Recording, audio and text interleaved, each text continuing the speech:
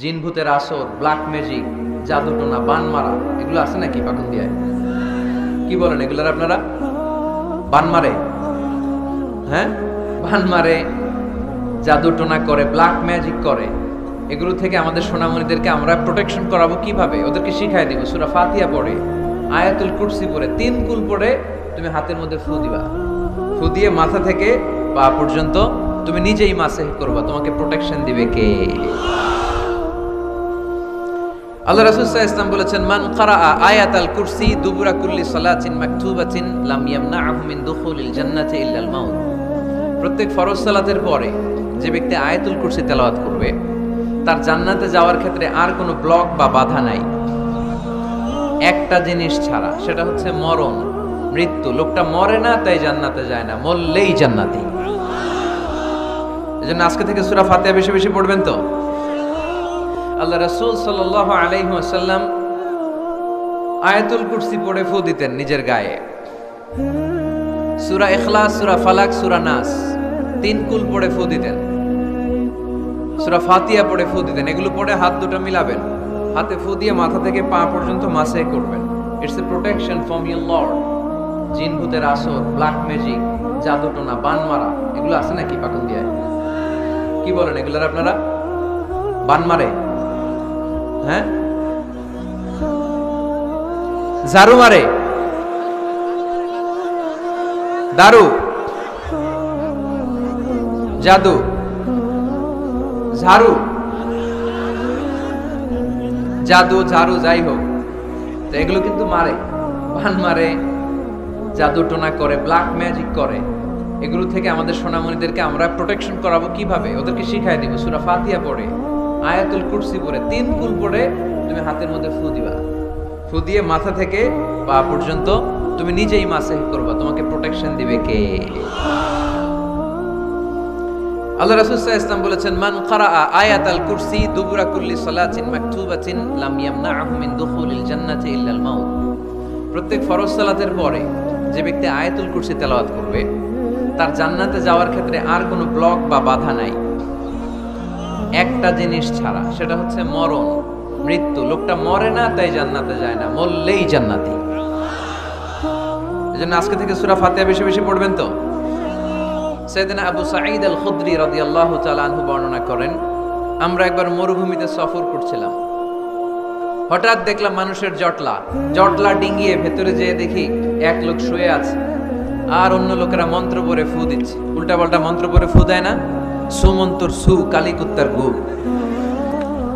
আমরা ছোটবেলায় শুনতাম বাচ্চারা এরকম সুমন্তর সুমন্তর সুমন্তর সু, কালী কুত্তার। এগুলো পড়ে ওরা মন্ত্র পড়তো। তো উনি যে দেখলেন কি কি মন্ত্র পড়ে এই লোককে ফু দিচ্ছে, উনি বললেন কি হয়েছে?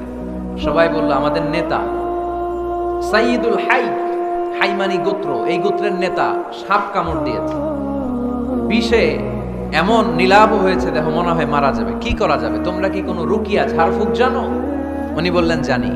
তাহলে আসো একটু ঝাড়ফুঁক করো। উনি বলল শর্ত আছে, আমাদেরকে ছাগল দিতে হবে, 1 পাল ছাগল। আরেক বর্ণনায় এসেছে 30টারও অধিক ছাগল। সবাই বলল, আমাদের নেতা, এর যদি কিছু হয়ে যায় আমরা নেতৃত্ব শূন্য হয়ে যাব। ছাগল লাগুক আর ওট লাগুক, তুমি আসো। বাড়ি বাড়ি যে ছাগল এনে, ছাগল রেডি। সাইয়েদনা আবু সাঈদ আল খুদরি রাদিয়াল্লাহু তাআলা আনহু পড়তে আরম্ভ করলেন, আলহামদুলিল্লাহি রাব্বিল আলামিন আর রহমানির রহিম মালিকি ইয়াউমিদ্দিন ইয়াকা না'বুদু ওয়া ইয়াকা নাস্তাঈন اهدنا الصراط المستقيم صراط الذين أنعمت عليهم غير المغضوب عليهم ولا الضالين। পড়েন আমিন। উনি এটা পড়ে ফু দিলেন। ফু দিতে দেরি, মুহূর্তের মধ্যে সোয়া লোকটা বসে গিয়েছে। আবার ফু দিছে, এবার দাঁড়ায় গেছে। আরেকবার ফু দিছে, হাঁটতে শুরু করছে, একেবারে সুস্থ। সবাই তো অবাক, টাসকি খেয়ে গেছে। আবু সাঈদ আল খুদরি রাদিয়াল্লাহু আনহু বলে, টাসকি পরে খাও, আগে ছাগল দাও। কারণ ছাগল দেওয়ার কন্ডিশন ছিল না। ওরা ছাগল নিয়ে আসছে। সাইয়েদনা আবু সাঈদ আল খুদরি রাদিয়াল্লাহু তাআলা আনহু আনন্দে এবার ছাগল নিয়ে সাহাবাদেরকে নিয়ে রওনা। পথিমধ্যে লেগেছে প্রচন্ড ক্ষুধা, তখন তারা কয়েকটা ছাগল জবাই করে খেয়েছে। খাওয়ার পরে পেট যখন ঠান্ডা, তখন ব্রেন সচল। উনি চিন্তা করতে আরম্ভ করলেন, হায় রে, কোরআন দিয়া ঝাড়ফুঁক করে যে ছাগল নিয়ে আসলাম, এটা যে খাইলাম, এই ছাগল নেওয়া জায়েজ হয়েছে কিনা এই মাসালা তো নবীরে জিজ্ঞেস করি নাই। কিন্তু ছাগল তো অলরেডি পেটে যায় হজম, কি করা? মদিনাতে যে জিজ্ঞেস করবো। মদিনায় যেই আল্লাহ রাসূল সাল্লাল্লাহু আলাইহি ওয়াসাল্লামের দরবারে যে জিজ্ঞেস করলেন, ইয়া রাসূলুল্লাহ, এমন এমন ঘটনা, ঝাড়ফুঁক করে আমরা ছাগল এনেছি, এটা কি জায়েজ হয়েছে? আল্লাহ রাসূল সাল্লাল্লাহু আলাইহি ওয়াসাল্লাম বলে, জায়েজ হয়েছে মানে অবশ্যই জায়েজ হয়েছে, কোরআনের দাম বাড়ায় দিয়ে আসছো মিয়া, ছাগল কিছু থাকলে আমার ঘরে পাঠায়। সুবহানাল্লাহ পড়তে পারলেন না? ওয়ালাকাদ আতাইনাকা, বুখারীর হাদিস, ওয়ালাকাদ আতাইনাকা সাবআম মিনাল মাসানি ওয়াল কুরআনাল আযীম। নবী হে, নিত্য পাঠনীয় শব্দবাক্য দিয়েছি, যেই দোয়া পড়ে ফু দিতে দেরি অসুস্থ ব্যক্তি সুস্থ হতে দেরি হয়। এজন্য আল্লাহ ইরশাদ করেন, অনুনাজ্জিলু মিনাল কুরআনি মা হুয়া শিফাউ ওয়া রাহমাতুল লিল মুমিনিন ওয়া লা ইয়াজিদুয যালিমিনা ইল্লা খাসারা। এই কোরআনকে আমি শিফা হিসেবে নাজিল করলাম, এই কোরআনকে আমি রহমত হিসেবে নাজিল করলাম, এই কোরআনকে আমি তোমাদের জন্য হেদায়েত হিসেবে নাজিল করলাম। তোমাদের কোরআন রহমত এনে দিবে, বরকত এনে দিবে, শিফা এনে দিবে, কিন্তু জালেমদেরকে কিছু এনে দিবে না। ঠিক কি না? ওয়ালা ইয়াজিদিয যালিমিনা ইল্লা খাসারা। জালিমদের অকল্যাণ করবে, জালিমদের কল্যাণ নাই এই কোরআনে। জালিম যদি হেদায়েতের নিয়তে কোরআন পড়ে তাহলে কল্যাণ পাবে, তা না হলে কল্যাণ পাবে না। তো এখন থেকে আমরা যদি অসুস্থ হয়ে যাই, যেই সূরাটা পড়ে আমরা ঝাড়ফুঁক করব, সূরাটার নাম আরো জোরে বলেন, ফাতিহা। এই সূরাটা কোরআনের ধারাক্রম অনুসারে 1 নম্বর সূরা, নাম্বার 1। কয় নাম্বার? 1 নম্বর। এই সূরাটা মক্কাতুল মুকাররমায় নাজিল হয়েছে, তাই এটি মাক্কি সূরা। কি সূরা? মাক্কি সূরা। এই সূরার আয়াত সংখ্যা 7টি। কয়টি? এবার আমি প্রশ্ন করব, আপনারা উত্তর করবেন আওয়াজ করে। সূরার নাম, ক্রমিক নাম্বার, আয়াত সংখ্যা। সূরাটা মাদানী। কি সূরা? মনে থাকবে তো? আসলে প্রতিদিন এই সূরাটা পড়ি, এই সূরাটার তাৎপর্য কি, মর্মবাণী কি আমাদের জানার দরকার আছে না? কিন্তু আমরা অনেকেই জানি না। জানি? আরব বিশ্বে দেখবেন, ওনারা যখন তারাবির সালাত পড়ে, আযাবের আয়াত আসলে কাঁদে। পাকুন দিয়ে আপনারা কাঁদেন? জান্নাতের আয়াত আসলে দরাজ গলায় তেলাওয়াত করে, আপনারা কি করেন?